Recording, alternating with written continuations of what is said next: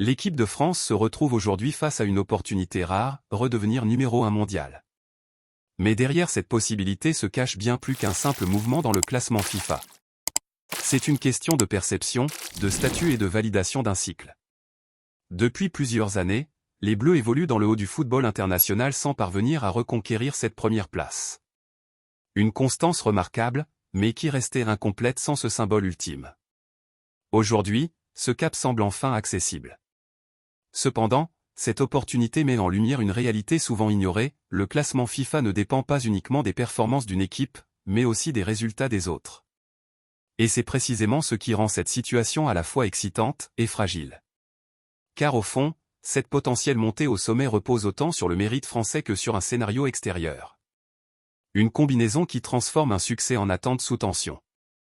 Pour retrouver la première place, la France devra compter sur un faux pas de l'Espagne face à l'Égypte. Ce détail change profondément la lecture de l'événement. Car il ne s'agit pas d'une conquête directe, mais d'une opportunité conditionnée. Ce type de situation révèle une limite structurelle du football international moderne. Même les équipes les plus performantes restent dépendantes d'un contexte global. La domination ne se mesure plus uniquement sur le terrain, mais aussi dans les équilibres du classement. Cela pose une question centrale, peut-on réellement parler de retour au sommet si celui-ci dépend d'un autre match ? Ou s'agit-il plutôt d'une opportunité statistique, certes méritée, mais indirecte ? Cette nuance est essentielle, car elle influence la manière dont ce potentiel accomplissement sera perçu, aussi bien par les supporters que par les observateurs internationaux. Si la France atteint la première place, la portée sera avant tout symbolique. Elle renverra immédiatement à 2018, année où les Bleus dominaient le monde après leur sacre en Coupe du Monde. Depuis cette période, l'équipe a connu des phases de transition, tout en conservant un niveau élevé.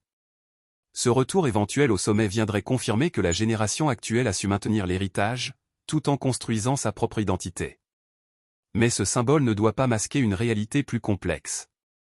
Le football international d'aujourd'hui est bien plus compétitif qu'en 2018. Les écarts se sont réduits, et aucune équipe ne semble capable d'imposer une domination durable. Ainsi, être numéro 1 aujourd'hui ne signifie plus être intouchable. Cela signifie simplement être le plus constant, dans un environnement extrêmement instable.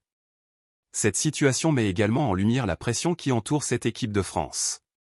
Être proche du sommet implique une attente implicite, celle de confirmer sur la durée et dans les grandes compétitions. La génération actuelle est talentueuse, ambitieuse et structurée. Mais elle évolue dans l'ombre d'un héritage puissant, celui de 2018. Chaque comparaison, chaque classement, ravive cette référence. Dans ce contexte, redevenir numéro 1 pourrait être perçu comme une validation, mais aussi comme une nouvelle exigence. Car une fois au sommet, la seule direction possible est la défense de cette position. Et c'est souvent à ce moment-là que les vraies difficultés commencent. Maintenir une place est toujours plus complexe que de l'atteindre. Finalement, cette course à la première place révèle une tension propre au football moderne, celle entre maîtrise et imprévisibilité. La France a fait le nécessaire pour se placer en position favorable, mais ne contrôle pas totalement son destin.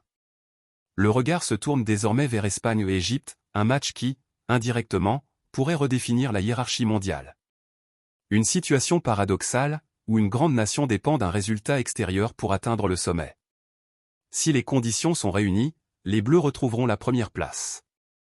Mais la véritable question restera entière, ce statut reflète-t-il une domination réelle ou simplement un moment dans un équilibre mouvant ?